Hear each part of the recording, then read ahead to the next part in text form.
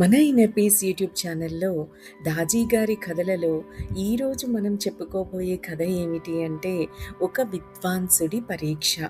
భారతదేశంలోని ప్రముఖ సంస్కృత కవి కాళిదాసు కదా. ఆయన చరిత్రలోనే ఉత్తమ పండితుడిగా గౌరవించబడతారు.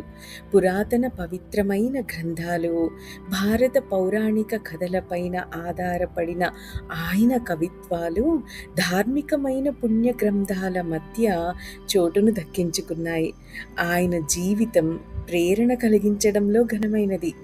విద్వత్తులు కలిగిన తత్వవేత్తగా ప్రఖ్యాతి చెందిన ఆయనను చంద్రగుప్త మౌర్య ఆస్థానంలోని 9వ ఆణిముత్యంగా గౌరవించారు. ఆయన కొన్ని లోకాతీతమైన అనుభవాలను కూడా ఫేస్ చేసినట్లుగా ఎన్నో స్టోరీస్ ఉన్నాయి.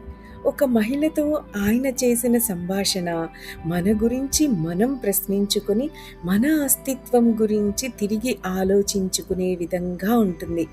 అదేమిటో మరి తెలుసుకుందామా? ఒకసారి కాళిదాసు దట్టమైన అడవిలో నడుచుకుంటూ వెళ్తున్నారు. దానిని దాటడానికి చాలా ఎక్కువ టైం పడుతుంది. సూర్యుని ప్రతాపం చాలా ఎక్కువగా ఉండి ఆయనలోని శక్తిని పూర్తిగా హరించివేసింది. ఎండ తీవ్రతను ఏమీ చేయలేరు కనుక దాని గురించి వేదన చెందకపోయినా నీరు దొరకకపోవడం ఆయనను చాలా ఇబ్బంది పెట్టింది. దాహం భరించలేని స్థితిలో ఉన్న ఆయనకు నీళ్ల కుండతో నడుస్తున్న ఒక స్త్రీ దృశ్యం చాలా ఆనందాన్ని కలిగించింది. ఆ మహిళ దగ్గరకు పరుగున వెళ్ళి గట్టిగా ఏమంటారంటే, ఓ మాత, సూర్యుడు నా మీద ఎంతో కఠినంగా ఉన్నాడు. ఈ ఓర్చుకోలేని దాహం నా గొంతుకను ముళ్ళుతో పొడుస్తున్నట్లుగా ఉంది. దయతో నీ వద్ద ఉన్న నీళ్లను నాతో పంచుకోమని నేను అర్థిస్తున్నాను అంటారు. అప్పుడు ఆ స్త్రీ, పుత్రా, నీ పరిస్థితి నాకు అర్థమవుతుంది. ఈ నీళ్లు తప్పకుండా నీ దాహాన్ని తీరుస్తాయి. కానీ నీవు ఎవరో తెలియకుండా నేను ఈ నీళ్లను నీకు ఇవ్వలేను. దయచేసి నిన్ను నువ్వు పరిచయం చేసుకో అని అంటారు. కాళిదాసుకు ఒక్క క్షణం కూడా వృధా చేయడం ఇష్టం లేదు. నోట్లో నుంచి వచ్చే ప్రతి మాట ఆయన ఎండిపోయిన గొంతుకను హింసిస్తోంది. అయినా ఆ మహిళను నొప్పించకూడదు అని వెంటనే ఆయన ఏమంటారంటే, అయితే నేను ఒక సంచారిని అని అనుకో అని అంటారు. ఆ స్త్రీ సమాధానంగా, నువ్వు సంచారి ఎలా అవుతావు? ఈ సృష్టిలో ఇద్దరు సంచారులు కదా. ఎల్లప్పుడూ ఆగకుండా సంచరించేవి ఒకరు సూర్యుడు, రెండో వారు చంద్రుడు. నీ నిజమైన గుర్తింపు చెప్పు అని అంటారు. ఆ సమాధానానికి కాళిదాసు ఆశ్చర్యపోయారు. గొంతు సరిచేసుకుని, నేను ఒప్పుకుంటున్నాను. సరే, నువ్వు నన్ను ఒక అతిథిగా ఎందుకు అనుకోకూడదు అని అడిగారు. దానికి ఆ స్త్రీ, నువ్వు అతిథివి కాదు నాయనా, మన జీవితంలో ఇద్దరే అతిథులు. ఒకటి సంపద, రెండవది యవ్వనం. ఇవి ఖచ్చితంగా వస్తాయి, వచ్చి వెళ్ళిపోతాయి. నువ్వు ఎంత బతిమాలినా ఉండవు. ఇప్పుడు చెప్పు, నువ్వు ఎవరో అని అంటుంది. అంతటి సూక్ష్మ జ్ఞానాన్ని చూసి కాళిదాసుకు మాటలు రాలేదు. అయినా ఆ స్త్రీ తర్కం ఆయనను ఉత్తేజపరిచింది. సమాధానంగా, ఓ మాత, నేను ఒక సహనాన్ని అని అంటారు.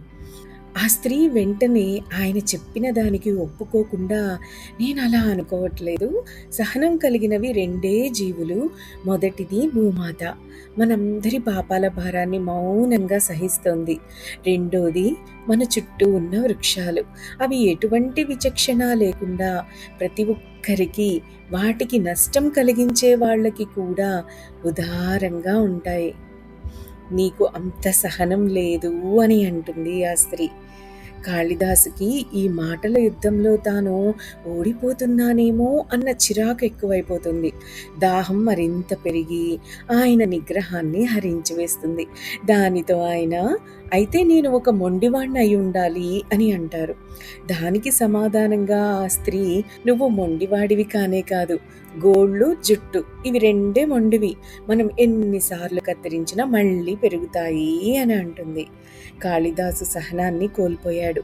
గుక్కెడు నీళ్ల కోసం ఇంత చర్చ. అప్పుడు ఆయన పెద్దగా ఏమంటారంటే, అయితే నేనొక మూర్ఖుణ్ణి అని అరుస్తారు. ఆ స్త్రీ, అది నిజమైతే ఎంత బాగుండేది. ఈ భూమి మీద తిరిగే మూర్ఖులిద్దరే. నువ్వు వారిలో ఒకడివి కావు. మొదటివాడు తగినంత జ్ఞానం లేకుండా పరిపాలించే రాజు.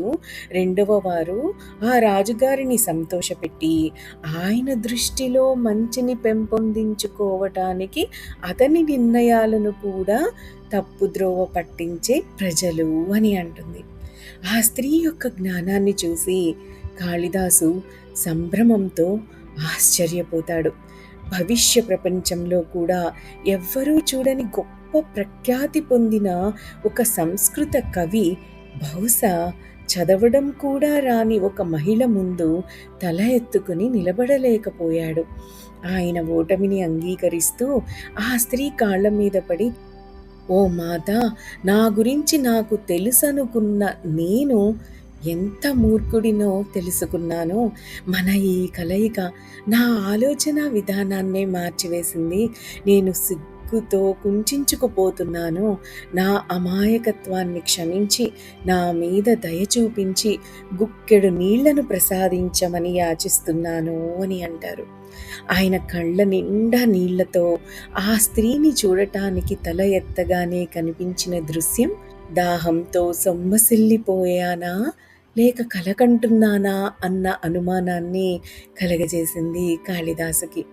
ఆ స్త్రీమూర్తి ప్రదేశంలో చంద్రునిలాగా కాంతిని ప్రసరిస్తున్న అద్భుతమైన ఆకారం నిలబడి ఉంది. ఆవిడ కాళిదాసుని కటాక్షించిన సరస్వతీమాతే తప్ప వేరెవ్వరూ కాదు. ఈ మండుటెండలో చల్లని నీటి కన్నా అతి సున్నితమైన స్వరంలో ఆవిడ మాట్లాడింది. ఆమె చిరునవ్వుతో, కాళిదాసా, లేచి నిలబడు నాయనా, నువ్వు నిజంగా గొప్ప పండితుడివి.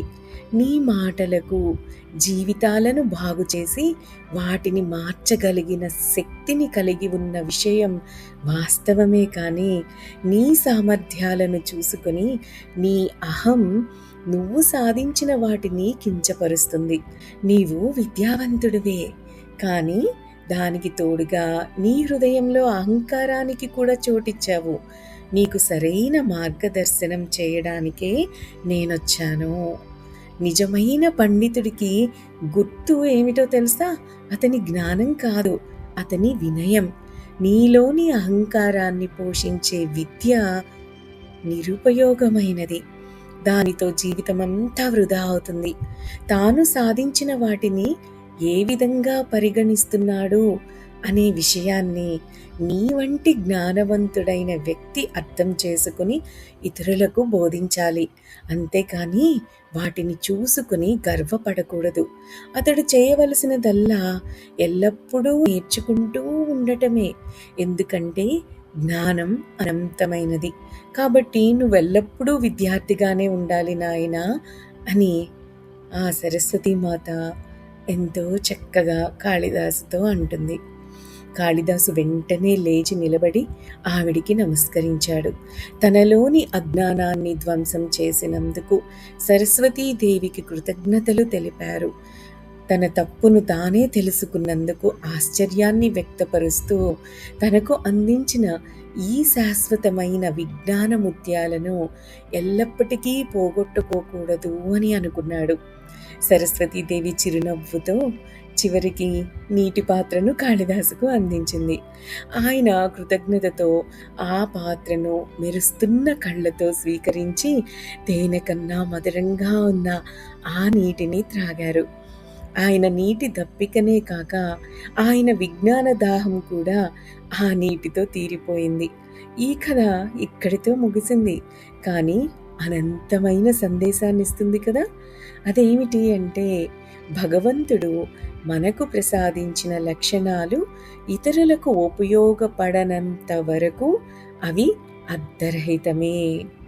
వినమ్రత, నిరాడంబరత అనే లక్షణాలు ఉంటే మనకు కావలసినవన్నీ మన వద్ద ఉన్నట్లే అనుకోవచ్చు. మన జీవితపు ప్రతి పాఠానికి కృతజ్ఞతను అనుభూతి చెందాలి. మరి ఈ కథలో భావం అర్థమైంది కదా. భగవంతుడు మనకు ప్రసాదించిన లక్షణాలు ఇతరులకు ఉపయోగపడనంత వరకు అవి అర్థరహితమే. మనకుండాల్సిన లక్షణాలేమిటి? వినమ్రత, నిరాడంబరత. ఇవి గనక మనకి ఉంటే మనకు కావలసినవన్నీ మన వద్ద ఉన్నట్లే. అవునా? మన జీవితంలో మనం ఫేస్ చేసే ప్రతి సిట్యుయేషన్ మనకి ఒక లెసన్‌ని నేర్పుతుంది కదా! మనం ఎరుకతో ఉంటే ఆ సిట్యుయేషన్ నుండి మనమేం నేర్చుకోవాలి అన్న ఆలోచన మనకొస్తుంది. మనం ప్రతి సిట్యుయేషన్ నుండి ఒక లెసన్‌ని నేర్చుకోవచ్చు. అలా నేర్చుకున్న ప్రతి లెసన్‌కి మనం కృతజ్ఞతను చెప్పుకోవాలి. అవునా? దట్స్ ఆల్ ఫర్ టుడే అండి. Have a great day. Thank you. Thank you. Thank you.